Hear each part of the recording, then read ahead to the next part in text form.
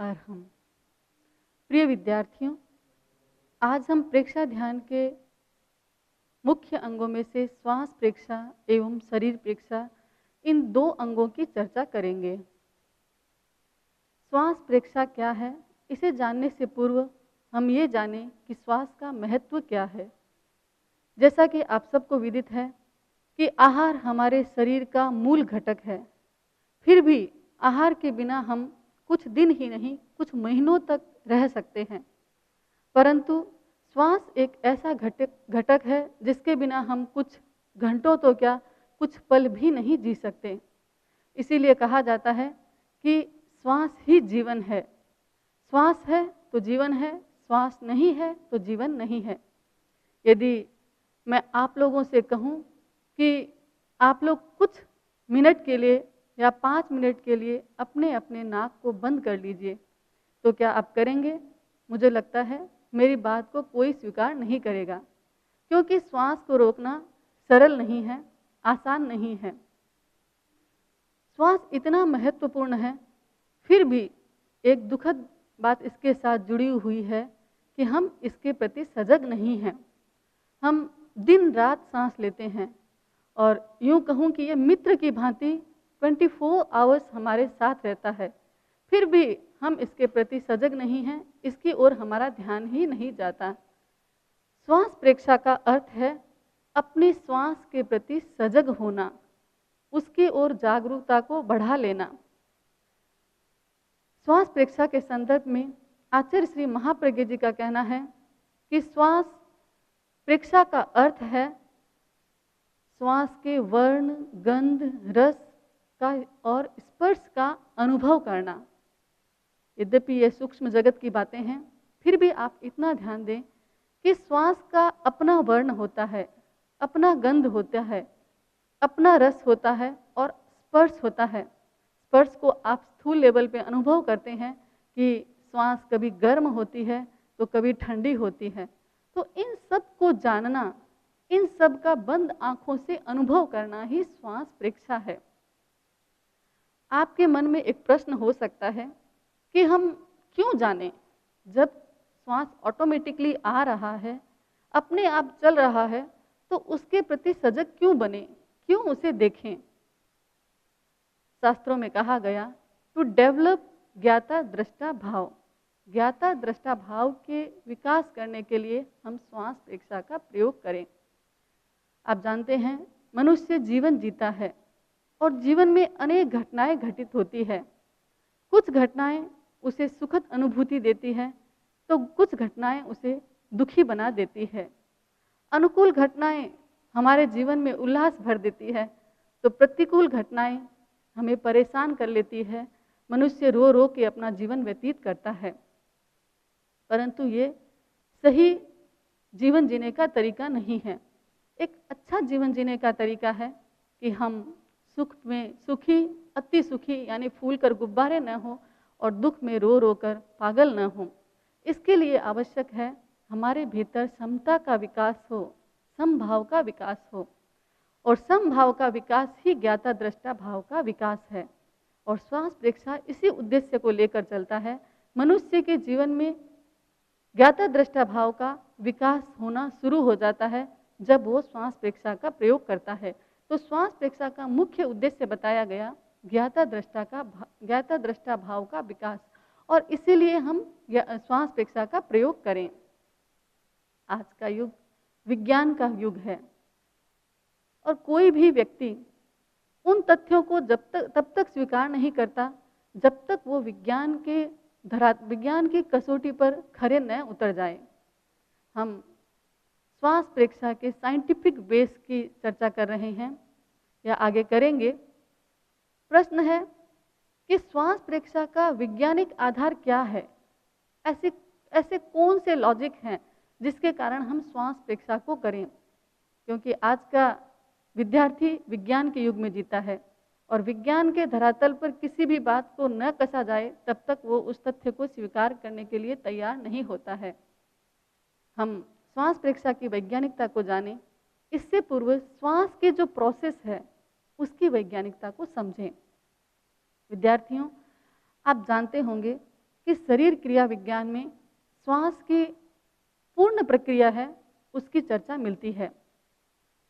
श्वास हम 3 प्रकार से ग्रहण करते हैं, यानी हम श्वास लेते हैं और छोड़ते हैं, परंतु 3 तरीके से लेते और छोड़ते हैं। श्वास लेने की पहली प्रक्रिया है यूजिंग कॉलर बोन, अर्थात हंसली तक के भाग का उपयोग करना। जब व्यक्ति श्वास लेता है तो अधिकांश व्यक्ति कॉलर बोन तक के भाग का उपयोग करते हैं। ये लोवेस्ट तरीका है, श्वास लेने का निम्नतम तरीका है कॉलर बोन तक का उपयोग करना। श्वास लेने और छोड़ने का दूसरा तरीका है यूजिंग रिब्स, यानी हमारी जो पसलियां हैं उन तक के भाग का उपयोग करना। ये मिडिल तरीका है। जब व्यक्ति श्वास लेता है तो उसकी पसलियां आगे और पीछे होती है, यानी सिकुड़ती और फैलती है। तो जब हम पसलियों तक के भाग का उपयोग करते हैं तो उसे हम मिडिल तरीका मानते हैं, यानी वो निम्नतम नहीं है लेकिन उससे थोड़ी अच्छी प्रक्रिया है। लेकिन इससे भी आगे चलें तो श्वास की जो पूर्ण प्रक्रिया है, या यूं कहूं जो बेस्ट प्रक्रिया है, वो है यूजिंग डायफ्राम। अधिकांश लोग मिडिल और लोएस्ट तरीके का उपयोग करते हैं, लेकिन जो बेस्ट तरीका है वो हम लोगों से छूट जाता है। तनुपट तक के भाग का यदि उपयोग हम श्वास लेते समय करते हैं तो उसे उत्तम प्रकार का श्वास लेने की विधि कही जाती है। जब हम श्वास लेते समय श्वास हवा जब भीतर जाती है फेफड़ों में, और धीरे धीरे क्या होता है, हमारा जो तनुपट होता है वो नीचे की ओर खिसकता है और परिणाम स्वरूप हमारा पेट आगे की ओर फैलता है। और जब हम श्वास छोड़ते हैं तो हमारा तनुपट सिकुड़ता है, और जब तनुपट सिकुड़ता है तो पेट जो है वो भीतर की ओर खिसकता है, यानी पेट भीतर की ओर चला जाता है। ये श्वास लेने की पूर्ण प्रक्रिया है और सही प्रक्रिया है, सम्यक प्रक्रिया है। श्वास लेते समय पेट का फूलना और श्वास छोड़ते समय पेट का सिकुड़ना, यह है पूर्ण प्रक्रिया है, कंप्लीट ब्रेथ है। लेकिन अधिकांशतः क्या होता है, हम श्वास छोटा लेते हैं जिसके कारण हम पूर्ण प्रक्रिया को अपना नहीं सकते। हम केवल हंसली तक के भाग का उपयोग करते हैं और श्वास ले लेते हैं। इससे क्या होता है, इसके कारण हमारे शरीर में जो ऑक्सीजन की मात्रा है वो कम हो जाती है, पूरी तरह से शरीर में ऑक्सीजन जा नहीं पाता है। लेकिन यदि हम तीसरे तरीके का उपयोग करते हैं, डायफ्राम तक के भाग का उपयोग यदि श्वास लेने में करते हैं, तो इसका रिजल्ट होता है कि प्रॉपर सप्लाई ऑफ ऑक्सीजन, यानी ऑक्सीजन की जो सप्लाई है वो हमारे शरीर में पूरी तरह से होती है। यदि आपने एनाटॉमी का ज्ञान किया है और रेस्पिरेटरी सिस्टम को पढ़ा है तो आप जानते हैं कि हमारे शरीर में श्वसन तंत्र है, जिसके जो प्रमुख भाग हैं वो है 2 फेफड़े, लंग्स। उन लंग्स के भीतर में छोटी छोटी शाखाओं के रूप में कुछ नलिकाएं नसें की तरह फैली हुई है, और वो उन नसिकाओं के अंतिम छोर पर छोटे छोटे गुब्बारे की तरह प्रकोष्ठ हैं, जिन्हें हम कहते हैं श्वास प्रकोष्ठ, यानी एल्वियोली। और जब हम श्वास ग्रहण करते हैं तो श्वास इन एल्वियोली तक पहुंचता है। और विज्ञान की भाषा में कहूं तो विज्ञान कहता है कि हमारे शरीर में, हमारे फेफड़ों में 600 करोड़ श्वास प्रकोष्ठ है, लेकिन हम 600 करोड़ श्वास प्रकोष्ठों का उपयोग नहीं कर सकते हैं या नहीं कर पाते हैं। हम जितना उपयोग करते हैं उतना ही अधिक ऑक्सीजन हमारे शरीर को मिल सकता है, परंतु छोटा श्वास होने के कारण हम अधिकतम श्वास प्रकोष्ठ हमारे ऐसे ही रह जाते हैं, हम उनका उपयोग नहीं कर पाते हैं। और परिणाम ये होता है कि हमें अनेक प्रकार की ऑक्सीजन की कमी से होने वाली बीमारियों का सामना करना पड़ता है। कई बार व्यक्ति अनुभव करता है कि उसे कमजोरी फील हो रही है। उस कमजोरी का कारण क्या है? ऑक्सीजन का कम होना। आपने ध्यान दिया होगा कि शरीर विज्ञान कहता है कि शरीर में ऊर्जा के लिए 2 तत्वों की आवश्यकता होती है। हम भोजन से ग्लूकोज ग्रहण करते हैं और श्वास से हम ऑक्सीजन की मात्रा को ग्रहण करते हैं, यानी ऑक्सीजन तत्व को ग्रहण करते हैं। भोजन के साथ आए हुए ग्लूकोज और ऑक्सीजन में घर्षण होता है, और जब घर्षण होता है तो उससे ऊर्जा का उत्पादन होता है और उसी ऊर्जा से हमारा शरीर चलता है। यदि ऑक्सीजन की मात्रा कम हो जाए तो आप स्वयं सोचिए कि हमारा शरीर कमज़ोर कैसे न होगा, क्योंकि हम ऊर्जा का उत्पादन नहीं कर पाएंगे। हमारा जो शरीर है ऊर्जा का उत्पादन नहीं कर पाएगी और परिणाम स्वरूप वो वीकनेस या अनेक बीमारियों से ग्रसित हो जाती है। तो इसके लिए आवश्यक है कि हम ऑक्सीजन की पूरी सप्लाई शरीर को दें और उसके लिए आवश्यक है कि आप श्वास प्रेक्षा का प्रयोग करें, क्योंकि कहा गया when we perform Shwas Preksha it automatically lengthens our breath which becomes helpful in collecting oxygen in good quantity for our body. हमारे शरीर के लिए जो आवश्यक मात्रा चाहिए ऑक्सीजन की, वो तभी संभव हो सकती है जब हम श्वास प्रेक्षा का प्रयोग करें। जब हम श्वास प्रेक्षा का प्रयोग करते हैं तब श्वास अपने आप ऑटोमेटिकली लंबा हो जाता है और जितना गहरा और लंबा श्वास होता चला जाता है ऑक्सीजन की मात्रा उतनी ही अधिक ग्रहण हम कर पाते हैं। स्पिरिचुअल बेस ऑफ श्वास प्रेक्षा। श्वास प्रेक्षा का आध्यात्मिक आधार। ये सत्य है कि आज का युग विज्ञान का युग है, परंतु अध्यात्म जगत से भी हम अछूते नहीं हैं। हमारे भारत में आज भी ऋषि मुनियों का उतना ही महत्व है जितना प्राचीन काल में हुआ करता था। हम आज भी किसी बात को विज्ञान के साथ साथ अध्यात्म के धरातल पर भी खरा उतर रहा है या नहीं उतर रहा है, इस तथ्य को ध्यान देते हैं। तो प्रश्न हो सकता है मन में कि विज्ञान के संदर्भ में तो हमने श्वास प्रेक्षा को समझ लिया, पर प्रश्न होता है कि हमारे प्राचीन ऋषि मुनियों ने श्वास प्रेक्षा के संदर्भ में क्या कहा है। Spiritual practitioner says Shwas Preksha is a great way of acquiring thoughtlessness. Without thoughtlessness, nobody can achieve even basic stage of meditation. हमारे अध्यात्मचार्यों का कहना है कि निर्विचारता को प्राप्त करने का एक महत्वपूर्ण तरीका है, एक महत्वपूर्ण प्रोसेस है श्वास प्रेक्षा। जब हम श्वास प्रेक्षा करते हैं तो अपने आप ऑटोमेटिकली हम निर्विचारता की अवस्था को प्राप्त करते हैं, और जब तक निर्विचारता की अवस्था को प्राप्त नहीं किया जाता तब तक हम ध्यान की गहराई में जा सकेंगे या जा चुके हैं ये कहना एक असत्य ही होगा। तो हमें यदि सचमुच में ध्यान की गहराई में जाना है, ध्यान की अवस्थाओं को प्राप्त करना है, तो सबसे पहले हमें निर्विचारता को प्राप्त करना होगा। और अध्यात्मचार्यों के अनुसार ये तभी प्राप्त हो सकता है जब आप श्वास प्रेक्षा का प्रयोग करें। श्वास प्रेक्षा के संदर्भ में स्पिरिचुअल प्रैक्टिशनर्स ने कहा कि श्वास and vital energy are strongly related with each others. श्वास और प्राण शक्ति ये दोनों एक आपस में संबंधित है और गहरे रूप से संबंधित है। प्राण ऊर्जा, यदि आपने नाम सुना होगा प्राण ऊर्जा का, तो आप जानते हैं कि हमारे शरीर में एक और सूक्ष्म शरीर है जिसका नाम है तेजस शरीर, बायो इलेक्ट्रिक बॉडी। और ये जो तेजस शरीर है इसमें प्राण का निर्माण होता है। प्राण तत्व हमें बाहर से लेना नहीं पड़ता है, हमारे शरीर के भीतर ही ये प्रभावित हो रहा है, उत्पन्न हो रहा है। हाँ, परंतु इसे संचालित करने के लिए हमें प्राण वायु की आवश्यकता होती है। प्राण वायु अर्थात ऑक्सीजन। प्राण हमारे पूरे शरीर में प्रभावित होता है, परंतु इसे संचालित करने के लिए जिसकी आवश्यकता है वो है प्राण वायु, ऑक्सीजन। और आपको पता ही है कि आपको ऑक्सीजन कहाँ से मिलती है। ऑक्सीजन का सीधा सा रास्ता है श्वास। जब हम लंबा श्वास ग्रहण करते हैं तो हमारे भीतर ऑक्सीजन की मात्रा भी अधिकतम पहुंचती है, जो हमारे प्राण शक्ति को संचरण करने में, प्रवाहित होने में हेल्पफुल होती है या मदद करती है। तो प्राण शक्ति के लिए भी, अपनी प्राण ऊर्जा को बढ़ाने के लिए भी हमें श्वास की जरूरत ही पड़ती है, क्योंकि श्वास ही हमारे लिए प्राण वायु को लाती है या हमारे शरीर के भीतर प्राण वायु को पहुंचाती है।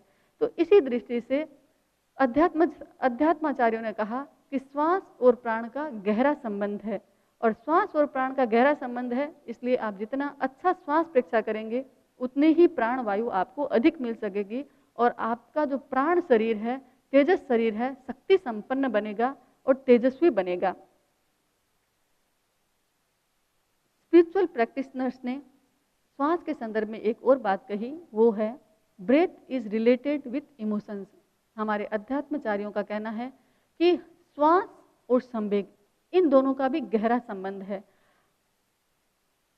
श्वास के साथ संवेगों का गहरा संबंध है, क्योंकि आपने देखा होगा कि कुछ लोग जो गुस्से में होते हैं या भय में होते हैं उनकी श्वास की संख्या बढ़ जाती है, और जो लोग शांत होते हैं उनका ऑटोमेटिकली आप यदि सांस चेक करेंगे तो आप पाएंगे कि उनकी श्वास की संख्या कम है।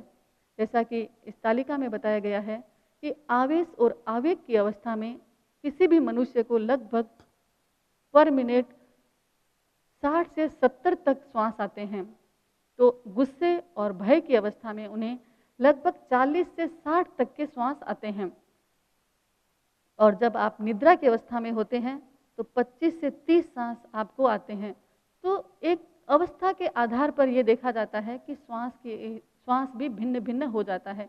प्रश्न होता है कि आप किस अवस्था में हैं, आप गुस्से में हैं या आप आवेश आवेग में हैं या आप शांत अवस्था में हैं। यदि मैं आपको कहूँ कि अभी आप सभी बैठे हैं मेरे सामने, तो आप अपने अपने श्वास को चेक कीजिए। तो क्या आप जानते हैं आपकी काउंटिंग कितनी होगी?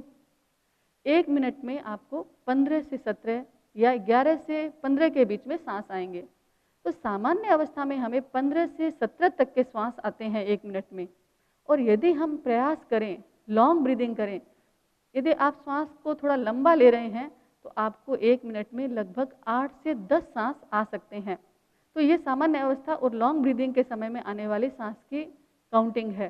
परंतु यदि आप अभ्यास करें, अभ्यास के द्वारा श्वास को बदलने का प्रयास करें, तो ऐसा पाया गया है कि जो लोग अभ्यास करते हैं उनके 1 मिनट में 4 से 6 सांस भी पाए गए हैं। यानी 1 मिनट में उन्हें 4 से 6 ही सांस आते थे। और हमने तो ऐसे योगियों को सुना है जिनको 1 मिनट में केवल 3 ही श्वास आते थे। और आप यदि बहुत बड़े योगियों की बात करेंगे तो उन्हें 1 मिनट में 1 ही श्वास आता है। इसका मतलब ये हुआ कि श्वास हम बढ़ाना चाहें तो बढ़ा सकते हैं, यानी 1 मिनट में 1 श्वास तक हम पहुंच सकते हैं।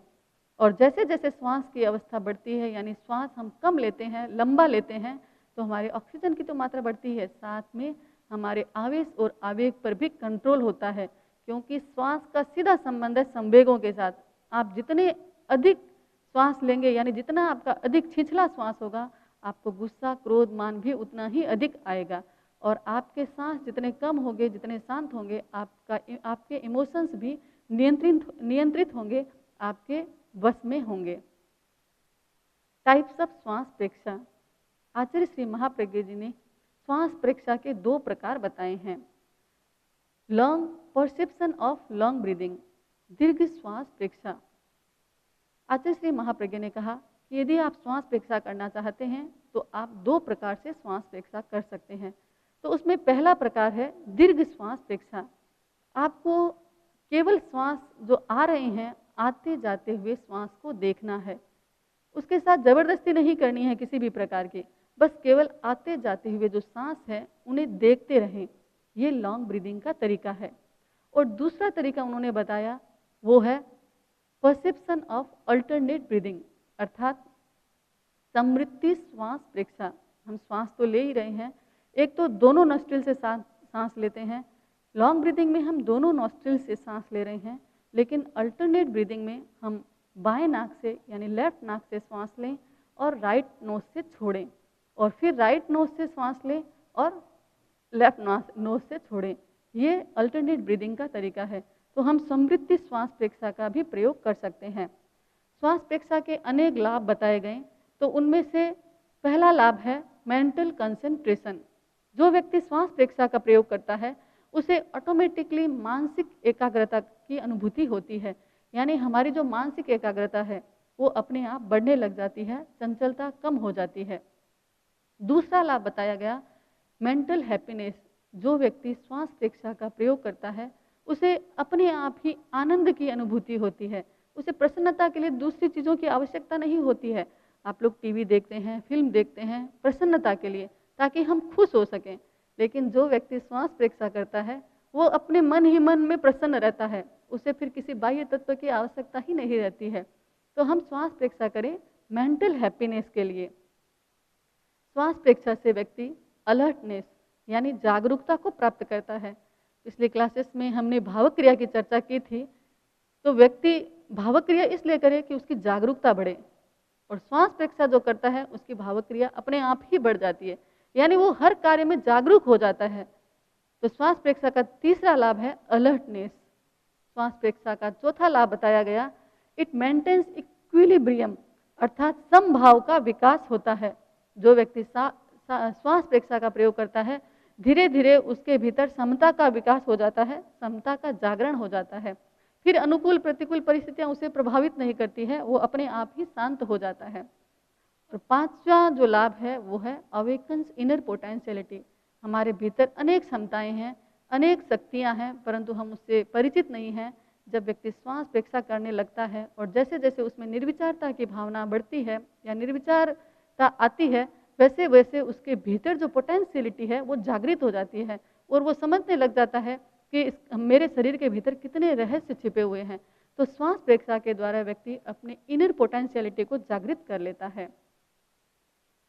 प्रेक्षा ध्यान का एक और महत्वपूर्ण अंग है शरीर प्रेक्षा, जिसकी चर्चा भी अभी हम करेंगे। प्रश्न होता है कि शरीर प्रेक्षा का अर्थ क्या है? व्हाट इज शरीर प्रेक्षा? शरीर प्रेक्षा दो शब्दों से बना हुआ है, शरीर प्लस प्रेक्षा इक्वल टू शरीर प्रेक्षा। हमने आपको पहले भी बताया, प्रेक्षा का अर्थ है गहराई से देखना या गहराई से जानना।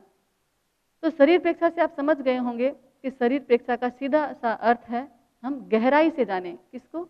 शरीर को हम गहराई से जानें, गहराई से देखें, गहराई से समझें। अब आपके मन में ये बात हो सकती है कि हम तो अपने शरीर को अच्छी तरह से जानते हैं, हमारे 2 हाथ है, 2 पाँव हैं और प्रत्येक की आकृति हमें पता है। तो प्रिय विद्यार्थियों, मैं ये कहना चाहूँगी कि शरीर प्रेक्षा का अर्थ ये नहीं है कि आप दर्पण में अपने आप को निहारें। शरीर प्रेक्षा का अर्थ है कि शरीर के भीतर जो रहस्य हैं, एक 2 शरीर और है हमारे भीतर, वो है तेजस शरीर और कार्मण शरीर, उन तक पहुँचे।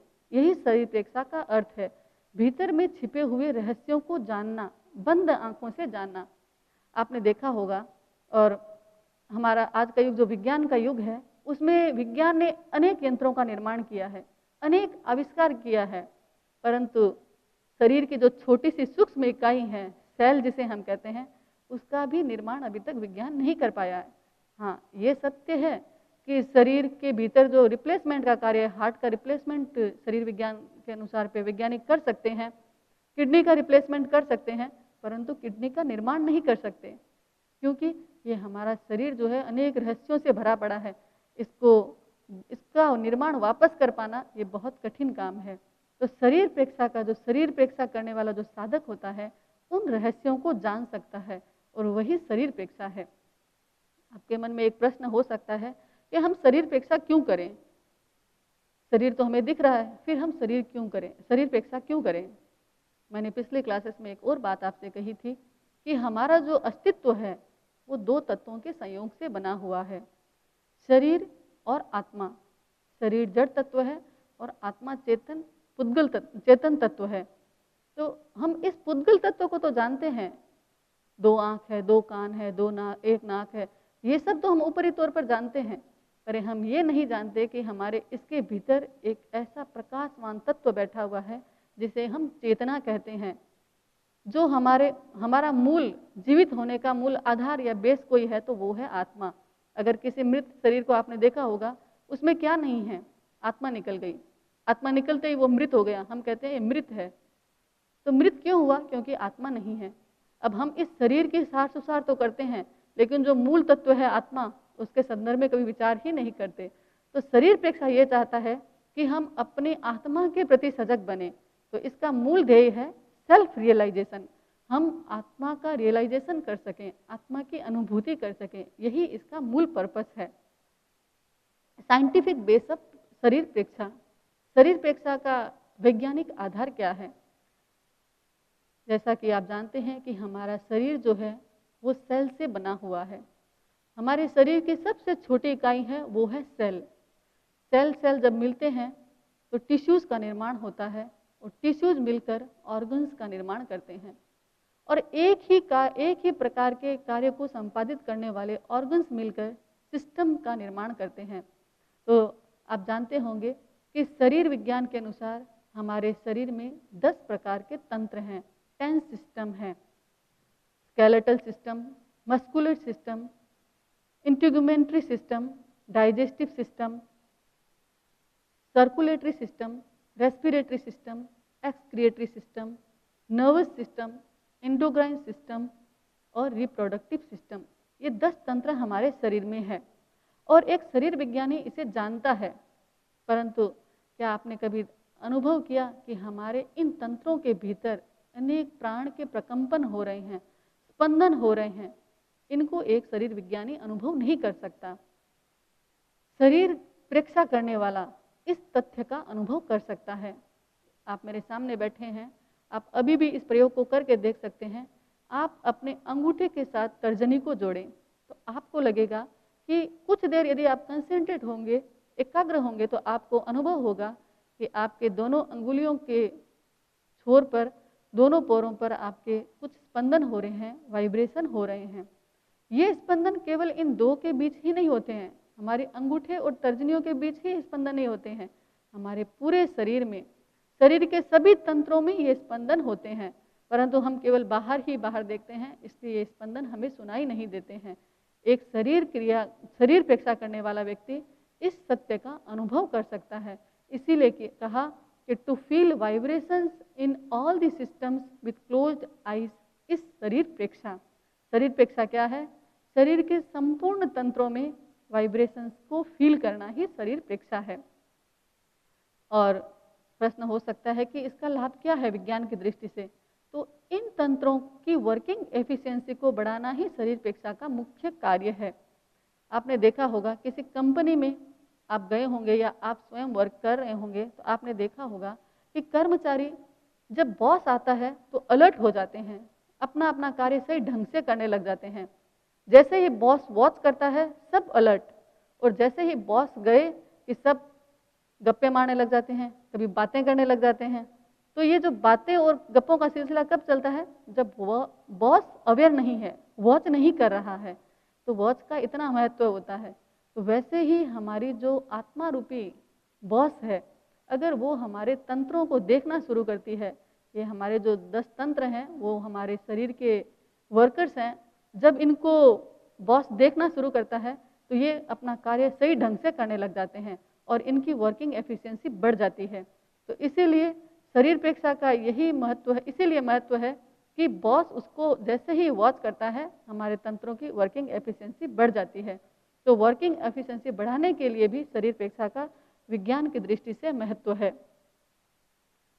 इसीलिए हम कहते हैं कि Sharir Preksha helps in proper functioning of excretory system, respiratory system, blood circulatory system, digestive system, nervous system and muscular system.